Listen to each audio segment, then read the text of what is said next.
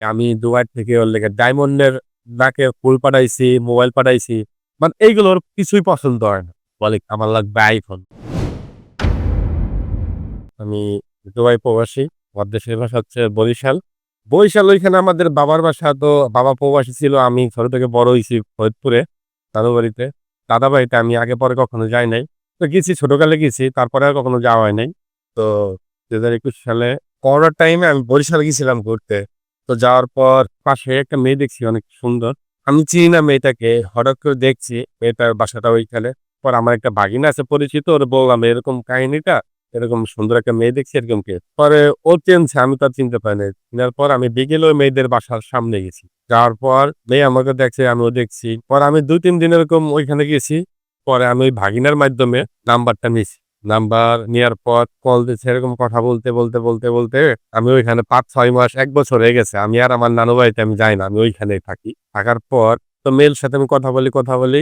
তো মেয়ে আমাকে বলল যে, "আপনি এখানে আসেন, আপনার সাথে একটা ছবি তুলব।" তো ওইখানে আমি গেছি।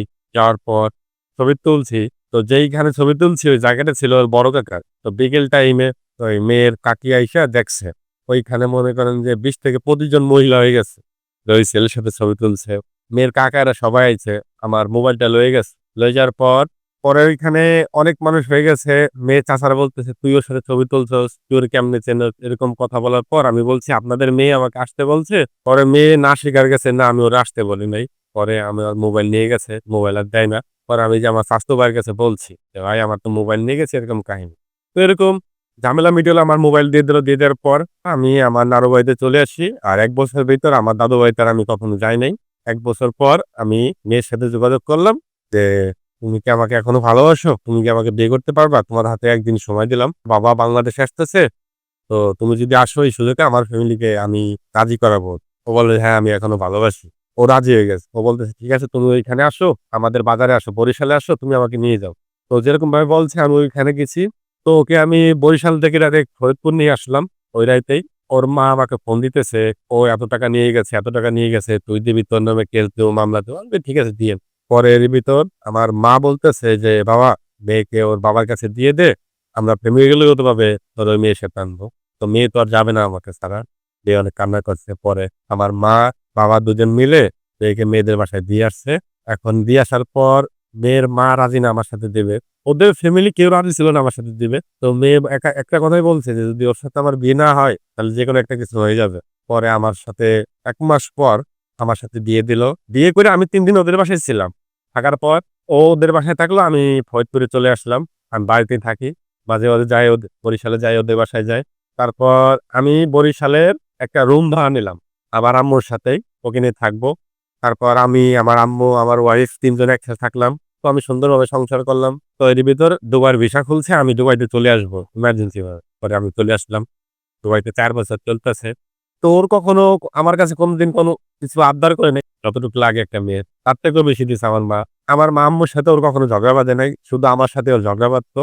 আর ও একটা অপরাধ করলে আমার মা আমার থেকে লুকাইতো। "না ওটা করে নাই, এটা করি নাই।" ও সব কথা শোনে এরকম। তো সুন্দরভাবে আমাদের সংসার চলতেছে। তো আমার আম্মু, আমার ওয়াইফ দুজনই থাকতেছে বাড়িতে। আমি, আমার আব্বু দুজনই বাহিরে। তো ওর সাথে আমার ৫ বছরের সংসার হইলো। আমার আম্মু ওকে অনেক ভালোবাসে। ও আমার আম্মুকে ভালোবাসে কিন্তু জানি না ও চেঞ্জ হয়ে যাইতেছে। আমি ফোন দিলেও ফোন কাইটা দেয়। ফোন দিলেই ফোন কাইটা দেয়। তো ওরে একটা কথা বললেও শুনতো না আমার কথা। না শোনার কারণে আমার অনেক রাগ হইতো। তো ওর প্রতি আস্তে আমার মায়া কমে যাইতেছে। ওর প্রতি আর আমার কোনো ভালোবাসা নাই। ও ভিডিও কলে কথা বলবে না, অডিও কলে কথা বলবে। ২-৪ মিনিট কথা বলার পরও ও ফোন কাইটা দেয়। মানে ও আমার সাথে শুধু জেদ করতো। যেই কথাটা আমি করব, ওই কাজটা ও করে আমার সাথে। পরে আমি সিদ্ধান্ত নিলাম যে ওকে আর রাখবো না। ২০২৫ এর সেপ্টেম্বর মাসের ২০ তারিখে আমি অনলাইনে ডিভোর্স দিয়ে দেই। ও তখন ওদের বাসায়। ডিভোর্স দেওয়ার পর ২০ দিন পরে ওদের বাড়িতে পেপারটা ওদের বাসায় গেছে। ও কান্নাকাটি করছে অনেক। ও জানতো যে আমি অনেক ভালোবাসি। ও আমাকে অনেক ভালোবাসে। কিন্তু এই জিনিসটা করবো ওর জীবনের মানে ভাবনার বাইরে। তো ও বিশ্বাস করতে পারে নাই যে আমি এই কাজটা করব। কান্নাকাটি শুরু করছে এই সেই। অন্যান্য মানুষদের, আমার চাচাদের দ্বারা, অন্যান্য মানুষের দ্বারা, মেম্বার দ্বারা আমাদের বাসায় কল দেয়। একটা মীমাংসা করে। আমার আম্মু বলছে, "ওরা কেউ বাড়িতে থাকে না মীমাংসা আমি কি করব? ওরা যেদিন বাংলাদেশে আসবে ওইদিন মীমাংসা করব।" এভাবে চলতেছে। তার সাথে আমার কোনো কথা হয় না, যোগাযোগ হয় না। আমি আমার মতো আছি। তো আমার মা বলতেছে যে, "ও তো ভুল করে নাই, ভুল তুই করছিস।" তো এরই ভিতর হইতেছে যে আমার ফেসবুকে একটা আন্টির সাথে আমি পরিচিত হয়ে যাই। পরিচিত হওয়ার পর অনেক মানে ওই আন্টির সাথে আমি দিনের ভিতর ৬ থেকে ৭ ঘন্টা আমি এর সাথে কথা বলছি দিন-রাত মিলে। এরকম একটা মায়া হয়ে গেছে আন্টির সাথে। তার ছেলে নাই। সে আমাকে ছেলের নজরে দেখে। ৫-৬ মাস আন্টির সাথে এরকম ৬ ঘন্টা ৭ ঘন্টা আমি নিয়ে প্রতিনিয়ত কথা বলতাম। কথা বলার পর একদিন বলতেছে যে, "আমার মেয়ের তো এরকম বিয়ে হবে।" আন্টি আমার লগে একটা প্ল্যান করতেছে যে তার মেয়ে আমার সাথে দেবে। কেন আমার হিস্টোরি আমার সবকিছুই আন্টি জানে। কিন্তু আমি যে ১ম একটা বিয়ে করছি এটা আন্টির কাছে আমি কখনো শেয়ার করিনি। এভাবে করতে একসময় হ্যাঁ, ডিসিশন নিয়েছে যে তার মাইয়া আমার সাথে বিয়ে দেবে। পরের দিন বিয়ে হওয়ার কথা আমার সাথে। ডাইরেক্ট অনলাইনের মাধ্যমে আন্টির মেয়ের সাথে ঐদিনকে যে আমার বিয়ে আরকি সম্পূর্ণ হইল। আমার ফ্যামিলি কেউ জানে না। আন্টির মেয়ের সাথে বিয়ে হইলো। আমি বিয়ের ১ম এ মেয়ের সাথে কখনো কথা বলি নাই। তো একদিন জিজ্ঞেসছিলাম, "তোমার কি আমার পছন্দ হইছে? আমি কিন্তু অনেক কালো।" মেয়ে একটা কথাই বলছে, আমার মা যেখানে বিয়ে দেবে আমি ওইখানেই করব।" আমি ওকে বলছিলাম, "সংসার তুমি করবা, সংসার কিন্তু তোমার আব্বা-মা করবে না।" পরে কয়, "না আমার কোনো এই পছন্দ নাই।" পরে আমার সাথে তো বিয়ে হইলো আরকি। তারপর আমি রেগুলারলি বলছি যে, "তোমার আমি সুখে রাখবো।" কিন্তু ওই আন্টির মেয়ে কেউ জানে না যে আমার ১ম একটা ওয়াইফ ছিল। তো আমি প্রতিনিয়ত ফোনে কথা বলি। মেয়ে কিন্তু আমাকে প্রতিদিন ইগনোর করে। তো আমাকে সবসময় ইগনোর করে। ১ম ওয়াইফ যে কষ্ট না দিছে, ২য় আমাকে এরকমভাবে ইগনোর করতেছে আমাকে এইভাবে। তো আমি প্রতি মাসে ওকে খরচের টাকা দিতেছি। তার পড়াশোনা থেকে শুরু করে যাবতীয় সব খরচ আমি চালাইতেছি এই সেপ্টেম্বরের ১০ তারিখ পরের থেকে। তারপর কি হইলো, আমি এরকম টাকা-পয়সা দিতেছি। তো ও আমাকে জিজ্ঞেসে যে, "আপনার বেতন পান কত?" আমি বলছি যে, "আমার বেতন ৳৯৬,০০০ বেতন আমার।" পরে ১ মাস ২ মাস ও আমার বেতনের বিষয়ে কিছুই বলে না। এই সেপ্টেম্বরের ১০ তারিখ থেকে এই পর্যন্ত জানুয়ারি আজকে কয় তারিখ? ৪ তারিখ। এই পর্যন্ত প্রায় ৳১,৫৬,০০০ আমার খরচ হয়ে গেছে এই ৫ মাসে না ৪ মাসে আমার। আমি ওর যা লাগে আমি দুবাই থেকে ওর লেগে ডায়মন্ডের নাকের ফুল পাঠাইছি, মোবাইল পাঠাইছি। মানে এইগুলো ওর কিছুই পছন্দ হয় না। বলে, "কি একটা মোবাইল পাঠাইছেন আমার জন্য? আমার লাগবে iPhone।" মানে ও যখন শুনছে যে আমার বেতনটা এরকম হাই লেভেলে ওর আস্তে ওর রুচিটা আরো বেশি বাড়তেছে। আমি ২ মাস থেকে ৳৫,০০০ খরচ দিছি। প্রতি মাসে ৳৫,০০০ করে দিতেছি। ও আমাকে বলতেছে যে আমার ৳৫,০০০ করে খরচ হইতেছে না আরো বেশি লাগবে। আমি বলছি, "কত লাগবে তোর? ২০,০০০ লাগবে?" বলতেছে, "না ২০,০০০ লাগবে না ১০,০০০ করে প্রতি মাসে লাগবে।" বললাম, "কেন? তোমার তো এত টাকা লাগার বিষয় না।" আমি বললাম, "তুমি বিয়ের আগে কত টাকা খরচ করছো?" বলতেছে, "আমার ৳১০,০০০ র বেশি লাগতো বিয়ের আগে। তখন তো বাবারটা খরচ করছো, এখন তো আমারটা। আমি ৳৫,০০০ বেশি দিতে পারব না।" তো বলার পর ও আমাকে আর তেমন ফোন দিতেছে না, কথা বলতেছে না। আজকে ২-৩ দিন হয়ে গেছে। আমি যোগাযোগ না করলে ও আমাকে কখনো কল দেয় না। তো বিয়ের পর যে আন্টি আমার সাথে সবসময় কথা বলতো, ওই আন্টি আর আমাকে কখনো কল দেয় না, মেসেজ দেয় না। তো আসলে আমি জীবনে ভুল করছি। আমার ১ম ওয়াইফটাই ছাইড়া অনেক ভালো ছিল। বর্তমান পরিস্থিতির সাথে আমার এখন কারো সাথে আমি কোন যোগাযোগ করি না। আমি এই পর্যায়ে একাই রইছি। এইভাবেই আছি। আমার ফ্যামিলি এখন জানতেছে যে আমি আরেকটা বিয়ে করছি। আমার ফ্যামিলি বলতেছে, "তুই যদি বিয়ে আর ১০ টাও করো, এটার ঝামেলা আমরা জানি না।" এখন আমার বাসা থেকে আমার আম্মু বলতেছে যে, "পৃথিবীর যদি বিশ্ব সৌন্দর্য নিয়ে আসো, আমরা আর মেনে নেব না। তোমার ১ম ওয়াইফকে আমরা মেনে নেব। তাছাড়া অন্য কোন নারী আমরা মেনে নিব না। ওকে ছাড়া আমার কোন ওয়াইফকে আমার বাবা-মা বাসায় মেনে নেবে না।"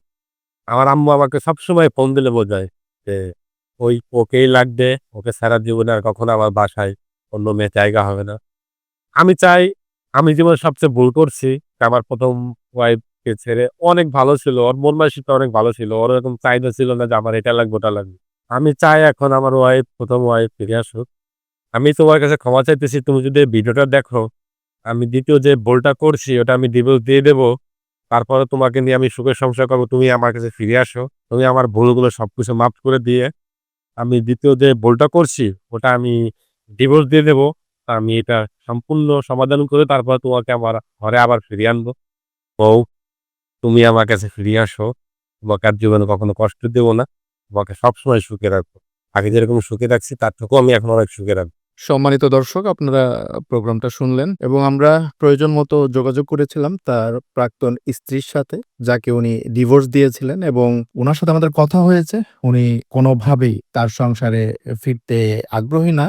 তবে আমাদের সত্যিকার অর্থেই যতটুকু আপনাকে মনে হয়েছে, আপনি আপনার ১ম স্ত্রীর সাথে অন্যায় করেই পরবর্তীতে আরেকজনের সাথে বিবাহ বন্ধনে আবদ্ধ হয়েছিলেন, এটা আমাদের কাছে আপাতদৃষ্টিতে মনে হয়েছে। পরবর্তীতে আপনি এখন তার কাছ থেকে প্রতারিত হয়ে আবার আপনি আগের জনের কাছে ফিরে যেতে চাচ্ছেন, যেটা এত সহজ না। জীবনটা খেলার মতো কোনো মাঠ না যে আপনি যখন মন চাইবেন ছেড়ে দিবেন, আবার আরেক জায়গায় ধরা খাবেন, তখন ১ম জনের কাছে ফেরত আসবেন। ব্যাপারটা কখনোই এরকম হবার কথা নয়। আপনার ক্ষেত্রেও সেটা সম্ভব নয়। আমরা আপনাকে অনুরোধ করব, আপনি নিজের জীবনকে সামলে নেবার চেষ্টা করুন এবং সামনের দিকে তাকানোর চেষ্টা করুন। অতীতে যে ভুলভ্রান্তিগুলো করেছেন, সেগুলো যেন পুনরাবৃত্তি ভবিষ্যতে না হয়, সেই চেষ্টা আপনি করুন। আপনি ভালো থাকবেন। আজ এই পর্যন্তই। আপনাদের সবাইকে আসসালামু আলাইকুম।